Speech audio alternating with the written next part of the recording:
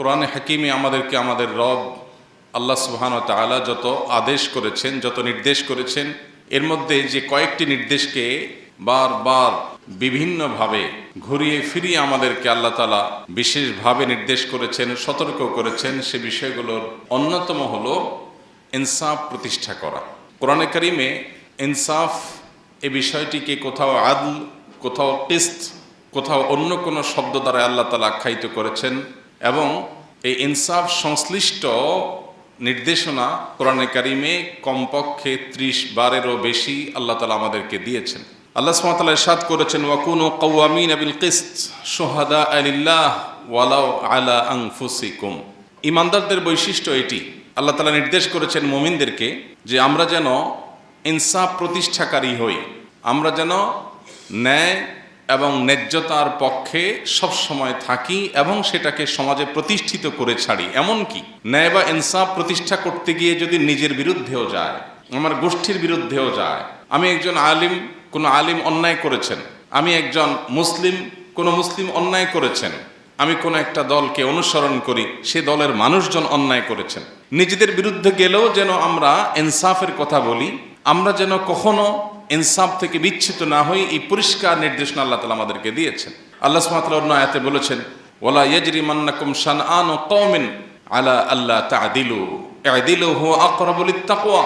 যদি তোমার কোনো শত্রু, ভিন্ন মতাবলম্বী, তোমার মতের বিরুদ্ধের কোনো মানুষও যদি কোনো ইনসাফ এর হকদার হয়, তার ব্যাপারেও যদি তোমার কোনো অবস্থান নিতে হয়, খবরদার ব্যক্তিগত, আদর্শগত বা যে কোনো ধরনের শত্রুতার কারণে কোনো ব্যক্তির প্রতি তোমার দ্বারা যেন জুলুম না হয়। ইনসাফের কথা সবার বেলায় বলতে হবে, শত্রুর বেলায়ও। এমনকি ইনসাফের কথা বলতে গেলে যদি নিজের বিরুদ্ধেও যায়, নিজের বাবার বিরুদ্ধেও যায়, ভাইয়ের বিরুদ্ধেও যায়, তাহলেও এই সততার পরিচয় দিতে হবে। এটা হলো ঈমানের দাবি। দুঃখজনক হলেও সত্য, আজ আমরা যারা নিজেদেরকে ঈমানদার বা মুসলমান বলে পরিচয় দিতে প্রাউড ফিল করি, গর্ববোধ করি, আমরা বেশিরভাগ মানুষ এই জায়গায় আমরা আমাদের সততার পরিচয় দিতে পারি না। এই জায়গায় এসে আমাদের পা পিছলে যায়, এই জায়গায় এসে আমরা আমাদের ন্যায়নিষ্ঠতার জায়গা থেকে আমরা সরে যাই। অথচ আল্লাহ রাব্বুল আলামিনের কাছে প্রিয় পাত্র হওয়ার প্রয়োজনে, আখিরাতে নাজাতের প্রয়োজনে শুধু আমাদেরকে নামাজ পড়লে হবে না। নামাজের পাশাপাশি আমার সামগ্রিক জীবনে ইনসাফ সর্বত্র আমাকে প্রতিষ্ঠা করার সংগ্রাম, প্রচেষ্টা, এটা অব্যাহত রাখতে হবে। আমি যদি জুলুম করি, আমি যদি জুলুমের সমর্থক হই, আমি যদি জুলুমকে সহনীয় বিষয়ে পরিণত করি, আমি যদি জুলুমের ব্যাপারে সোচ্চার না হই, আমি যদি আমার ন্যূনতম দায়িত্বটুকুও পালন না করি, তো আল্লাহ রাব্বুল আলামিন আমাদেরকে সতর্ক করেছেন। আল্লাহ বলেছেন, ওয়ালা তারকানু ইলাল্লাযীনা যালামু ফাতামাসসাকুমুন নার।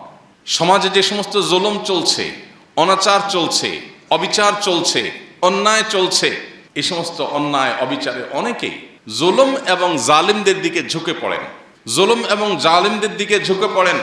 যেদিকে বাতাস সেদিকে ছাতা ধরেন। লম্বা একটা সময় আমরা দেখেছি আমাদের দেশে ধর্মকর্ম পালন করা এটাকে বাঁকা চোখে দেখা হতো। পশ্চিমারা যে ইসলামোফোবিয়া সমাজে সৃষ্টি করেছে, তৈরি করেছে, সেটার প্রভাবে আমাদের দেশেও শিক্ষা প্রতিষ্ঠানে, সরকারি বেসরকারি প্রতিষ্ঠানে, সমাজে সর্বত্র বিভিন্ন ক্ষেত্রে দাড়ি টুপি পরা মানুষ, সৎ নেককার মানুষ, তাদেরকে পর্যন্ত কোণঠাসা করে রাখা হতো এবং মনে করা হতো এটাই স্বাভাবিক। নামাজি কালামে মানুষও এই জিনিসগুলোকে মেনে নিয়েছিল অনেকটা। হ্যাঁ, কিছু সংখ্যক মানুষ হয়তো অন্যায়ের বিরুদ্ধে চেষ্টা করেছেন লড়ে যাওয়ার, লড়াই করবার। তো আল্লাহ রাব্বুল আলামিন সে বিষয়ে বলেছেন, ওয়ালা তারকানু ইলাল্লাযীনা যালামু ফাতামাসসাকুমুন নার। যারা জুলুম করেছে, যারা অন্যায় অবিচার করেছে, এই মানুষগুলোর দিকে তোমরা যদি ঝুঁকে পড়ো, অন্যায়কে মেনে নিলেন, ঠিক আছে এখন এটাই চলে, কি আর করা যাবে। অনেক নামাজি কালামি বাপ তার সন্তানকে এক সময় দাড়ি রাখতে উদ্বুদ্ধ করতেন না। তিনি নিজে দাড়ি রাখেন, দাড়ি রাখা মুসলমানের জন্য ওয়াজিব, আল্লাহর নবীর নির্দেশ তিনি জানেন এবং তিনি বিশ্বাস করেন, তিনি সেটাকে রেসপেক্ট করেন, তিনি মানতে চান। কিন্তু এটা করতে গেলে হেনস্থার শিকার হবে আমার ছেলে। এই জন্য ছেলেকে দাড়ি চাচতে অনেক বাবা বলতেন। তিনি মুসলিম হিসাবে আদর্শ মুসলিম হতে পারেন না যে আমি অন্যায়ের বিরুদ্ধে দাঁড়াবো, কথা বলবো, প্রতিবাদ করব, চেষ্টা করব। বেশিরভাগ মানুষ আমরা এরকম। হ্যাঁ, কিছু মানুষ, কিছু আল্লাহর বান্দা সব সময় অন্যায়ের বিরুদ্ধে সাধ্য অনুযায়ী লড়ে গেছে। তো আয়াত বলছে, যারা জুলুম করে তাদের দিকে যদি তোমরা ঝুঁকে পড়ো দলীয় আনুগত্যের কারণে, অথবা ঈমানের দুর্বলতার কারণে, অথবা মৃত্যু ভীতির যে সংস্কৃতি, এই সংস্কৃতির কারণে তোমরা যদি চাচা আপনা জান বাঁচাও এই মানসিকতা লালন করে জালিমদের দিকে ঝুঁকে পড়ো, ফাতামাসসাকুমুন নার, মনে রাখবে জাহান্নামের আগুন তোমাদেরকে স্পর্শ করবেই করবে। মা লাকুম মিন দুনিল্লাহি মিন আউলিয়া, আল্লাহ ছাড়া কোনো অভিভাবক সাহায্যকারী সেদিন তোমরা পাবে না। সুম্মা লা তুনসারুন, এবং কেউ তোমাদের সাহায্যকারী হবে না, কেউ সাহায্য করবে না।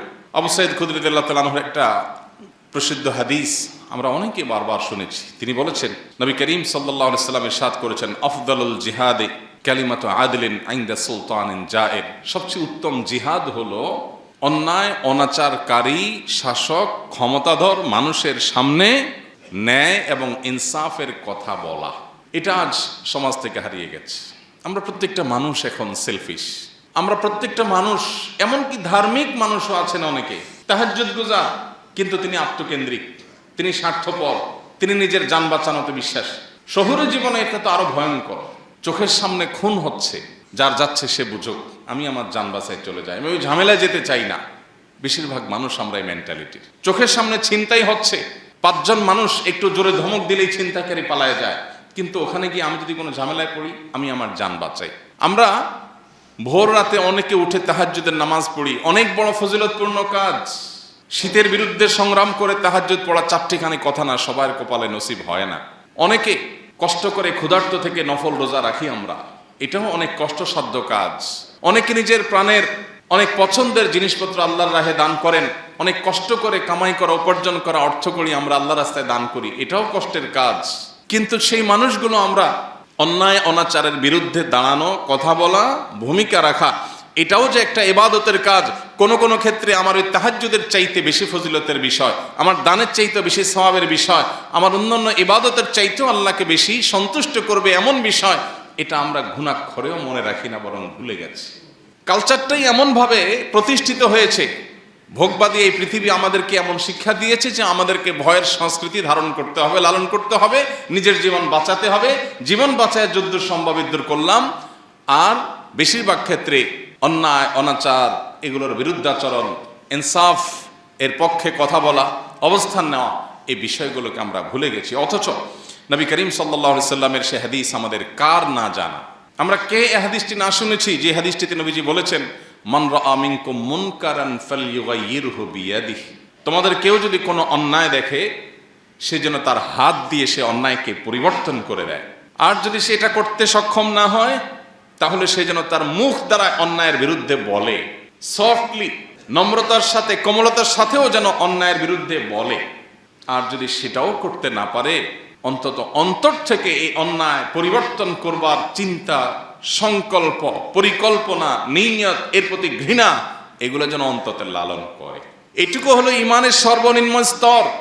আর যদি এটুকুও না হয়, আপনার সমাজে অনাচার হচ্ছে, আপনার ব্রুটা পর্যন্ত ভাঁজ হচ্ছে না, কপালে ভাঁজ হচ্ছে না, অন্যায় হচ্ছে, আপনি সেটার বিরুদ্ধে কথা বলা তো দূরের কথা, আপনার মধ্যে কোনো হিতাহিত জ্ঞানটুকু পর্যন্ত নেই, আপনি আপনার নিজেকে নিয়ে ব্যস্ত, তাহলে নিজেকে মুসলিম বা ইমানদার হিসাবে দাবি করবার কোনো নৈতিক অধিকার আমাদের নাই। আজ দুঃখজনক বাস্তবতা হলো, আপনি আমি আমরা বেশিরভাগ মানুষ এই কাতারের মুসল্লি। আমরা নামাজ পড়ি কিন্তু অসৎ কাজে বাধা প্রদান আমরা করি না। আমরা প্রত্যেকটা মানুষ যদি অন্যায়ের বিরুদ্ধে সোচ্চার হতাম, কোনো জালেম মাথা ছাড়া দিয়ে দাঁড়াতে পারতো না, কোনো আধিপত্যবাদীরা আমাদেরকে গোলাম বানিয়ে রাখতে পারতো না। কিন্তু আমরা যখন স্বার্থপর হয়ে গেছি, আমরা যখন শুধু নিজের জীবন আর পরিবার নিয়ে আমাদের চিন্তা ভাবনা ঘুরপাক খায়, এর বাইরে আমরা ভাবতে পারি না, তখন গোলামি আমাদের জন্য অবধারিত হয়ে গেছে, অপমান আমাদের জন্য অবধারিত হয়ে গেছে, অপরিহার্য হয়ে গেছে। নবী সাল্লাল্লাহু আলাইহি সাল্লাম তার সেই প্রখ্যাত হাদিসে এমনি এমনি বলেননি। একটা সময় আসবে যে সমস্ত জাতিগোষ্ঠীরা, সমস্ত সম্প্রদায়, অন্য ধর্মের মানুষেরা, মানুষ যেভাবে খাবারের টেবিলে বসে চারপাশে ভাগযোগ করে ছিঁড়ে ফুড়ে খায়, তোমাদের মুসলিম জাতিকে সেভাবে ছিঁড়ে ফুড়ে খাবে। কখনো তোমাদেরকে জঙ্গি তকমা দিবে, কখনো তোমাদেরকে মৌলবাদী তকমা দিবে, কখনো তোমাদেরকে বিভিন্ন দেশবিরোধী তকমা দিবে। এগুলো দিয়ে দিয়ে তোমাদেরকে দুর্বল করবে, কোণঠাসা করবে এবং তোমাদেরকে শেষ করবে, ধ্বংস করবে। নিজেদের মধ্যে গ্রুপিং সৃষ্টি করে, মতবিরোধ সৃষ্টি করে, তোমাদের মধ্যে মতভিন্নতা সৃষ্টি করে তোমাদেরকে লাগিয়ে দিবে এবং মুসলমানদের মধ্যে একটা অংশ আরেক অংশের ব্যাপারে দ্বিধাগ্রস্ত হয়ে পড়বে। এরকম যে জটিল অবস্থায় তৈরি হবে, অন্য সম্প্রদায়ের মানুষরা তোমাদেরকে ভোগের বস্তুতে পরিণত করবে, তোমাদেরকে ভেঙে চড়ে খাবে। কেউ কাশ্মীর নিবে, কেউ ইরাক নিবে, কেউ সিরিয়া নিবে, কেউ আফগানিস্তান নিবে, কেউ আফ্রিকা নিবে, ভাগযোগ করে সবাই তোমাদেরকে যখন লুটপাট করে খাবে, এমন একটা সময় আসবে। নবীজিকে সাহাবীরা বলেছেন, ইয়া রাসূলুল্লাহ আবি কিল্লাতি নাহনু ইয়াউমাইদিন, সেদিন কি আমাদের সংখ্যা অনেক অল্প হবে, সেজন্য দুরবস্থা হবে? নবীজি বলেছেন, না, বাল আনতুম ইয়াউমাইদিন কাসীর, বরং সেদিন তোমাদের সংখ্যা হবে অনেক। দুনিয়াতে কোটি কোটি মুসলমান থাকবে, ওয়ালাকিন্নাকুম গুসাউন কাগুসাইস সাইল, কিন্তু বানের পানির উপরে খড়কুটা যেরকম ভেসে যায়, তোমরা সেরকম খড়কুটার মতো হবে। তোমরা আদর্শহীন মুসলিম হবে, নামে মুসলমান ধারণ করবে, নামাজ পড়াটাকেই শুধু ইসলাম বানিয়ে নিবে, অন্যায়ের বিরুদ্ধে কথা বলাকে তোমরা কোনো ভালো বিষয় মনে করবে না। নবীজি বলেছিলেন সেদিন তোমাদের এই পরিণতির দুটি কারণ থাকবে, এক হুব্বুদ দুনিয়া, দুই কারাহিয়াতুল মউত। তোমাদের মধ্যে দুনিয়ার মোহ অনেক বেশি হয়ে যাবে। দুনিয়ার মোহ যখন বেশি হয়ে যাবে, তখন আমার ফ্যামিলি, আমার বাচ্চা কাচ্চা, আমার বাপ ভাই, আমার নিজের, আমার ব্যবসা বাণিজ্য, আমার ক্যারিয়ার, তোমার চিন্তা শুধু এই চক্রের মধ্যে ঘুরপাক খাবে। এই চক্রকে ভেদ করে তুমি জান্নাত পর্যন্ত দেখতে পাওয়া, আখিরাত পর্যন্ত দেখতে পাওয়া, রবের সন্তুষ্টি অর্জন করা, সার্থক মানুষ হয়ে যাওয়া, এই মানসিকতা তোমাদের মধ্যে থাকবে না। ক্ষুদ্র চিন্তার মধ্যে তোমরা সীমাবদ্ধ থাকবে। এটা মুসলমানের পরিচয় নয়। মুসলমান সে মানুষ যে আবু বকর ওমরের সন্তান, খালিদ ইবনে ওয়ালিদের সন্তান, ওমর আবু বকরের ওসমানের সন্তান, আলী রাদিয়াল্লাহু তাআলা আনহুর আদর্শের সন্তান, মুহাম্মদ সাল্লাল্লাহু আলাইহি সাল্লামের রূহানি সন্তান। সে মুসলমান তো সামান্য শুধু ফ্যামিলির চিন্তা, কয়টা টাকা পয়সার চিন্তা, একটু লাক্সারিয়াস লাইফ লিড করার চিন্তা, একটু ভোগের চিন্তা করবে না। এটা তো পশু পাখিরাও করে, প্রাণীরাও করে। মানুষের মনুষ্যত্ব, ইমানদারের সার্থকতাই হলো তার জীবনকে অন্যায়ের বিরুদ্ধে সর্বোচ্চ সোচ্চার রেখে আল্লাহর রাহে নিজের জীবনকে নজরানা হিসাবে পেশ করতে পারা। এটাই তো মুসলমানের সার্থকতা। যেদিন তোমাদের মধ্যে দুনিয়ার মোহ পেয়ে বসবে, তোমরা ক্ষুদ্র গণ্ডির বাইরে আসতে পারবে না। তোমাদের যেদিন মৃত্যু ভয় তোমাদেরকে ঝেঁকে বসবে, জান বাঁচাবার জন্য শুধুমাত্র চিন্তা করবে, আমি এখানে গেলে আমার জান যাবে, আমি আমার জান বাঁচাই, আমি নিজে ভালো থাকি। এই চিন্তা যখন আসবে, অপমান, অপদস্থ, লাঞ্ছনা এবং আগ্রাসন এটা তোমাদের জন্য অপরিহার্য হয়ে যাবে, অবধারিত হয়ে যাবে। নবী করিম সাল্লাল্লাহু আলাইহি সাল্লামের এই হাদিস যেন আজ আমাদের সামনে জ্বলন্ত উদাহরণ। আজ প্রত্যেকটা মুসলমান আমরা নামাজ পড়তে রাজি আছি, রোজা করতে রাখতে রাজি আছি, দান সাদাকা করতে রাজি আছি, সুবহানাল্লাহ আলহামদুলিল্লাহ পড়তে রাজি আছি, তাসবিহাত পড়তে আমরা রাজি আছি। এগুলো ভালো কাজ, কোনো সন্দেহ নেই। কিন্তু আমরা অন্যায়ের বিরুদ্ধে কথা বলতে গিয়ে যদি রিস্ক নিতে হয়, সেই রিস্ক নিতে আমরা রাজি না। সময় তো ভাইরা আমার, অথচ নবী করিম সাল্লাল্লাহু আলাইহি সাল্লাম বলেছেন, মান কুতিলা দুনা দামিহি ফাহুয়া শাহীদ, মান কুতিলা দুনা মালিহি ফাহুয়া শাহীদ। যে ব্যক্তি প্রতিরোধ করতে গিয়ে, অধিকার রক্ষা করতে গিয়ে, অন্যায়ের বিরুদ্ধাচরণ করতে গিয়ে মারা যায়, সে শহীদের মর্যাদা পায়। ভাইরা আমার, আমাদের দেশের প্রেক্ষাপটে দীর্ঘদিন পর্যন্ত একটা ন্যারেটিভ প্রতিষ্ঠা হয়েছিল। সেটি হলো বিপ্লবী মানসিকতা মানেই হলো যারা ইসলাম গায়ে মাখায় না, এই মানুষগুলোকে বিপ্লবী বিপ্লবী মোড়ে আমরা দেখতে পেতাম। অথচ মুসলমান হলো সবচেয়ে বড় বিপ্লবী। অন্যায়ের বিরুদ্ধে, অনাচারের বিরুদ্ধে, আধিপত্যবাদের বিরুদ্ধে এই ভারতবর্ষ থেকে আধিপত্যবাদীদের, সাম্রাজ্যবাদীদের খেদাও আন্দোলনে কি ভূমিকা ছিল মুসলিমদের, ওলামা একরামের নেতৃত্ব ছিল, আমরা সেই ইতিহাস ভুলে গেছি। প্রিয় ভাইরা আমার, সময় এসেছে আমাদেরকে নতুন করে ভাববার, আল্লাহ রাব্বুল আলামিনের রাহে নিজের জীবনকে কোরবান করার জন্য মানসিকভাবে প্রস্তুত হওয়ার। আল্লাহ আমাদের সবাইকে তৌফিক দান করুন। ইমানদার কখনো স্বার্থপর হতে পারে না, ইমানদার কখনো সীমাবদ্ধ গণ্ডির মধ্যে চিন্তা করতে পারে না, বরং এটা অতিক্রম করতে পারা ইমানদারের সার্থকতা। মোহতারাম হাজিরিন, আজ বড় বেশি প্রয়োজন সেই সাহাবায়ে কেরামের চেতনার। নবী সাল্লাল্লাহু আলাইহি সাল্লাম যে চিত্র অঙ্কন করেছেন মুসলমানের, সেই চিত্রের বাস্তব উদাহরণ হতে পারে এরকম কিছু মুসলমানের। এরকম কিছু মুসলমান যদি আজ পৃথিবীতে তৈরি হয়, তাহলে আবারও মুসলিমের সে গৌরব, মুসলমানদের সেই শৌর্যবীর্য, মুসলমানদের সেই ঐতিহ্য, সেটা আবারও উদ্ধার করা সম্ভব। এবং সবচেয়ে বড় কথা হলো, আল্লাহ রাব্বুল আলামিনের কাছে আমার প্রিয় পাত্র হওয়া, আমার আখিরাতকে নিজের করে নেওয়ার এর চেয়ে শর্টকাট এবং সংক্ষিপ্ত কোনো উপায় নাই। যে ব্যক্তি তার জীবনের মায়া ত্যাগ করে, তার কাছে দুনিয়ার মোহ কোনো বিষয়। যে ব্যক্তি তার জীবনের মায়া ত্যাগ করতে পারে, তার কাছে পার্থিব ছোটখাটো স্বার্থ এগুলো কোনো বিষয় হতে পারে না। তাকে পৃথিবীতে কেউ পরাজয় করতে পারে না যে মৃত্যুকে ভয় করে না, বরং যে মৃত্যুকে আলিঙ্গন করবার জন্য, মৃত্যুকে ওয়েলকাম করার জন্য যে অপেক্ষা করে, সে ব্যক্তিকে কখনো কেউ পরাজিত করতে পারে না। সে মানসিকভাবে সবচেয়ে সুখী।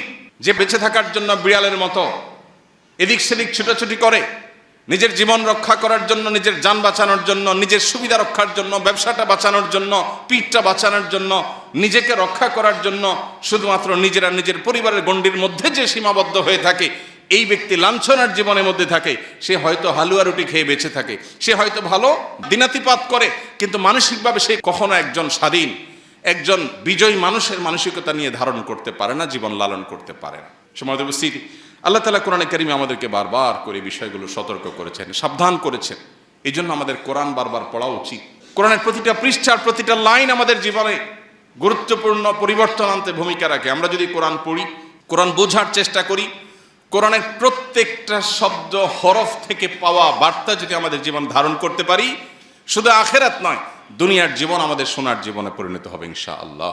আজকের পৃথিবী সফলতার যে সংজ্ঞা দাঁড় করিয়েছে, আজকের পৃথিবী সার্থকতার যে সংজ্ঞা দাঁড় করিয়েছে, যে ডেফিনিশন স্থির করে দিয়েছে, এটাকে বদলে দিয়েছে কোরআন, এটাকে পরিবর্তন করে দিয়েছে কোরআন। ভোগের মধ্যে নয়, ত্যাগের মধ্যেই সার্থকতা। বিড়ালের মতো শুধুমাত্র যান বাঁচানোর চিন্তা করার মধ্যেই কোনো সফলতা নয়, সুখ নয়। সুখ প্রকৃত অর্থে রিস্ক নিয়ে জীবন বাজি রেখে অন্যায়ের বিরুদ্ধে কথা বলার মধ্যেই নিহিত আছে। সে জীবনে জীবন, যে জীবন বাঘের মতো অল্প সময় বেঁচে থাকে, বিড়ালের মতো বছরকে বছর যুগ যুগ ধরে বেঁচে থাকার নাম জীবন না, এটার নাম লাঞ্ছনা, এটার নাম অপমান। যে অপমান শুধু আখিরাতেই হবে না, এই অপমান দুনিয়াতেই হবে, আমাদের চোখের সামনে আমরা দেখতে পাচ্ছি। মুহতারাম হাজরিন, আল্লাহ রাব্বুল আলামিন বলেছেন, কুল্লু নাফসিন যায়িকাতুল মাউত। প্রতিটা প্রাণীকে মৃত্যু স্বাদ আস্বাদন করতে হবে, প্রতিটা প্রাণীকে মারা যেতে হবে। কোনো প্রাণী মৃত্যুর স্বাদ আস্বাদন করা ছাড়া পৃথিবী থেকে যেতে পারবে না, বা আজীবন পৃথিবীতে টিকে থাকতে পারবে না। মৃত্যু যখন অবধারিত, তাহলে বীরের মতো মৃত্যু, সার্থকতার মৃত্যু, অন্যায়ের বিরুদ্ধে অবস্থান নিতে গিয়ে মৃত্যু, এর চাইতে সফলতা, এর চেয়ে সার্থকতা আর কি হতে পারে? আল্লাহ রাব্বুল আলামিন আমাদের সবাইকে শাহাদাতের তামান্না অন্তরে লালন করার তৌফিক দান করুন। শাহাদাত তো অনেক পরের বিষয়। আমরা যদি আমাদের সমাজে প্রচলিত অনাচারগুলোর বিরুদ্ধে অন্তত চিন্তা ভাবনা শুরু করি, সব জায়গায় হয়তো আমাকে বৈপ্লবিক ভূমিকা রাখতে হবে না, আমি যদি অন্তত নাহি আনিল মুনকার, অসৎ কাজে বাধা প্রদান করার এই কাজটা শুরুটাও করতে পারি, তাহলেও আমি একজন মুমিন হিসাবে, ইমানদার হিসাবে এটা আমার সার্থকতার বিষয় হবে। আল্লাহ সুবহানাহু ওয়া তাআলা আমাদেরকে বড় বেশি ভালোবাসেন। আমরা আল্লাহ তাআলার প্রিয় হাবিব মুহাম্মদ সাল্লাল্লাহু আলাইহি সাল্লামের আদরের উম্মত, তার সবচেয়ে শ্রেষ্ঠ খলিল, তার বন্ধু, তার সবচেয়ে আপন মানুষটার, আপন সৃষ্টিটার আমরা উম্মত, তার পরিবারের সদস্য। যার কারণে আল্লাহ আমাদেরকে অনেক বেশি ভালোবাসেন। পৃথিবীর ইতিহাসে যত জাতিগোষ্ঠী এসেছে, যত সম্প্রদায় এসেছে, সবার মধ্যে উম্মতে মুহাম্মদী আল্লাহর কাছে স্পেশাল। আল্লাহ এদেরকে বিশেষভাবে তৈরি করেছেন এবং পছন্দ করেন। আল্লাহ বলেছেন, কুনতুম খায়রা উম্মাহ, তোমরা শ্রেষ্ঠ সম্প্রদায় হয়েছো, তোমরা শ্রেষ্ঠ সম্প্রদায়, শ্রেষ্ঠ উম্মাহ হয়েছো, কারণ উখরিজাত লিন-নাস, তোমরা ফ্যামিলির এবং নিজের স্বার্থের এই গণ্ডির মধ্যে, চক্রের মধ্যেই শুধুমাত্র ঘুরপাক খাবে, এটা তোমাদের সাথে যায় না, মানায় না। উখরিজাত লিন-নাস, তোমাদেরকে সৃষ্টি করা হয়েছে মানুষের জন্য। আমি সৃষ্টি হয়েছি কার জন্য? আমি শুধু আমার ফ্যামিলি চিন্তা করব না। একটা অনাচার হবে, কোনো মানুষ জুলুমের শিকার হবে, সমাজে কোনো অনাচার এস্টাবলিশড হবে, অন্যায় চলবে, আমি সেটা মেনে নিব না। সবসময় হয়তো আমি হাত দিয়ে বাজাইতে পারবো না, অন্তত আমার এটার বিরুদ্ধে অবস্থান নিতে হবে, ভূমিকা রাখতে হবে। সেটা হোক আমার প্রিয়জনের বিরুদ্ধে, হোক আমার এলাকার মানুষের বিরুদ্ধে, হোক আমার বন্ধুর বিরুদ্ধে, আমাকে ইনসাফ প্রতিষ্ঠা করতে হবে। বেইনসাফ করা মানুষ কখনো মুসলমান হতে পারে না, অসম্ভব। কিন্তু আজ বেইনসাফি রন্ধ্রে রন্ধ্রে আমাদের, সামান্য একটু স্বার্থের জন্য, চক্ষু লজ্জার খাতির আমরা অন্যায় করি। আল্লাহ বলেছেন, কুনতুম খায়রা উম্মাতিন উখরিজাত লিন-নাস, আমাদের সৃষ্টি করা হয়েছে, বের করা হয়েছে মানুষের জন্য, মানুষের কল্যাণে কাজ করব। তা'মুরুনা বিল মা'রুফ ওয়া তানহাউনা আনিল মুনকার ওয়া তু'মিনুনা বিল্লাহ, সৎ কাজের আদেশ, অসৎ কাজে বাধা প্রদান করা, এটা আমাদের দায়িত্ব। আল্লাহ আমাদের সবাইকে দায়িত্ব যথাযথভাবে পালন করার তৌফিক দান করুন। মুহতারাম হাজরিন, মৃত্যু তো অবধারিতই। আল্লাহ বলেছেন, কুল ইন্নাল মাউতাল্লাযী তাফিরুনা মিনহু ফাইন্নাহু মুলাকীকুম, যে মৃত্যু থেকে পলায়ন করার জন্য চেষ্টা করছো, তোমরা যে মৃত্যু থেকে রক্ষা পাওয়ার জন্য পালিয়ে বেড়াও, এখানে না ওখানে, ওখানে গেলে মনে হয় বাঁচবো, এটা করলে মনে হয় বাঁচবো, এটা বললে মনে হয় বাঁচবো না, এই বাঁচার জন্য তোমাদের যে প্রাণান্তকর প্রচেষ্টা, তোমাদের যে পলায়ন পর মানসিকতা, মনে রাখবে সে মৃত্যু তোমাদের সাথে সাক্ষাৎ করবে।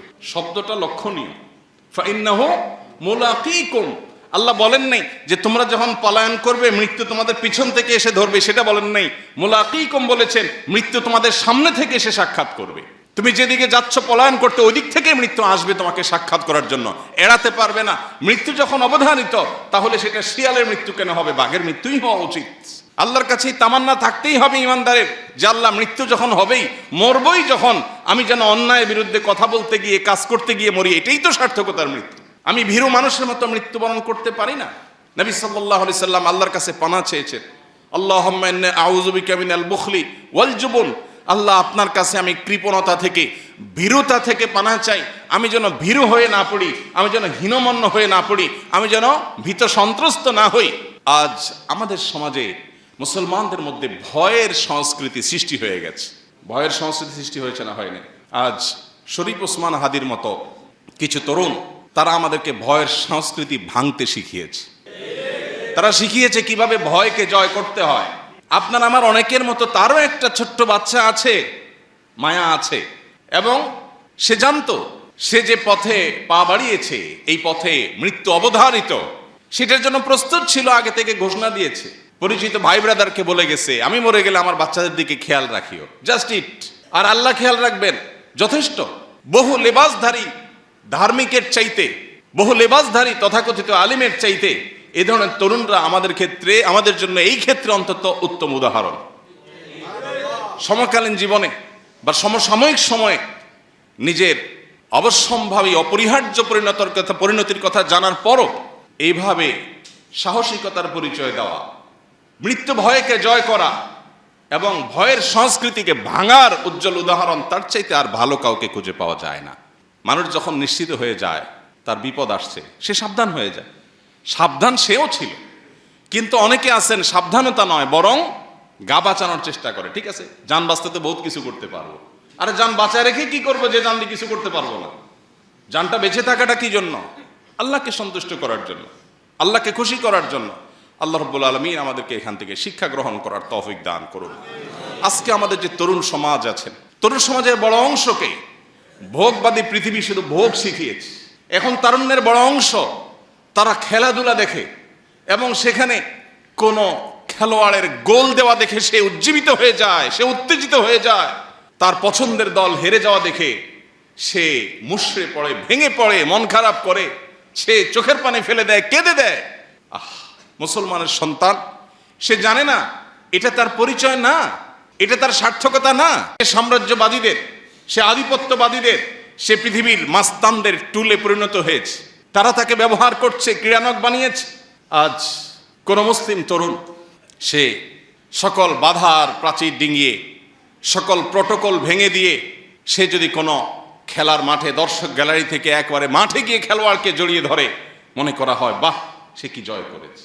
অথচ মুসলমান তো খালিদ ইবনে ওয়ালিদের সন্তান, ওমর আবু বকরের সন্তান, ওসমান আলীর সন্তান, আব্দুল ইবনে ওমরের সন্তান, রিদওয়ানুল্লাহি তাআলা আলাইহিম আজমাইন। তারা আমাদেরকে শিখিয়েছেন কিভাবে ইনসাফের জন্য সংগ্রাম করতে হয়, লড়াই করতে হয়, পৃথিবীর মানুষকে সত্যের পথে আনবার জন্য লড়াই করতে হয়, কিভাবে নিজের ভোগবাদিতাকে পায়ের নিচে পিষ্ট করতে হয়। এই শিক্ষা তারা দিয়ে গেছেন। এই জন্য পৃথিবীকে তারা শাসন করেছে, পৃথিবী তাদের পায়ের নিচে এসেছে। কারণ মুসলমানের সম্মান নিহিত আছে দুইটা জিনিসের মধ্যে: এক, মৃত্যুর ভয়কে জয় করা; দুই, দুনিয়ার মোহের ঊর্ধ্বে উঠা। বেঁচে থেকে কি হবে? বেঁচে থেকে কতকাল বাঁচতে পারবো? 1000 বছর তো বাঁচতে পারবো না, মরতে তো হবেই। তাহলে সে মৃত্যুটা কেন গৌরবের মৃত্যু হবে না? সে মৃত্যুটা কেন সার্থক মৃত্যু হবে না? সে মৃত্যু কেন হাজার হাজার তরুণকে উজ্জীবিত করবে না? সে মৃত্যু কেন বহু মানুষের বিবেককে খুলে দিবে না? সে মৃত্যু কেন অন্যকে অনুপ্রাণিত করবে না? এই মৃত্যু কেমন মৃত্যু, যে মৃত্যু আমার একজন ভীরু মানুষের মতো মৃত্যু হবে? আমি পলায়ন পর হয়ে মৃত্যু কেন বরণ করব? এই মৃত্যুর ভিতরে কি সার্থকতা আছে? এই মৃত্যু তো সবাই বরণ করে, গরু ছাগলেরও তো মৃত্যু হয়। আমি মানুষ, আমি প্রাণী, আমি মুসলিম, আমি আল্লাহর নবীর উম্মত, আমি বড় বড় সাহাবীদের অনুসারী। অতএব আমার মৃত্যু তো অন্য 10 জনের মৃত্যু মতো হতে পারে না। আমি একজন আদর্শবাদী মুসলিম হতে হয়। আমার চোখে মুখে থাকবে স্বপ্ন, আমার চোখে মুখে থাকবে দুনিয়া জয় করার স্বপ্ন, আমার চোখে মুখে থাকবে অন্যায়ের বিরুদ্ধে কথা বলার স্বপ্ন, মাজলুম মানুষের পক্ষে কথা বলার স্বপ্ন, অন্যায় অনাচারের বিরুদ্ধে কথা বলার স্বপ্ন। এটা যদি চোখে না থাকে, এই পুরুষত্বের দাম কি? এই মনুষ্যত্বের দাম কি? এই মুসলমানিত্বের দাম কি? এই তথাকথিত ঈমানের পরিচয় নামে অভিনয় করার দাম কি? প্রিয় ভাইরা আমার, আল্লাহ রাব্বুল আলামিন আমাকে আপনাকে আমাদের সবাইকে এই যে দুনিয়ার মোহ আর মৃত্যু ভীতি এই দুইটা জিনিসকে জয় করার তৌফিক দান করুন।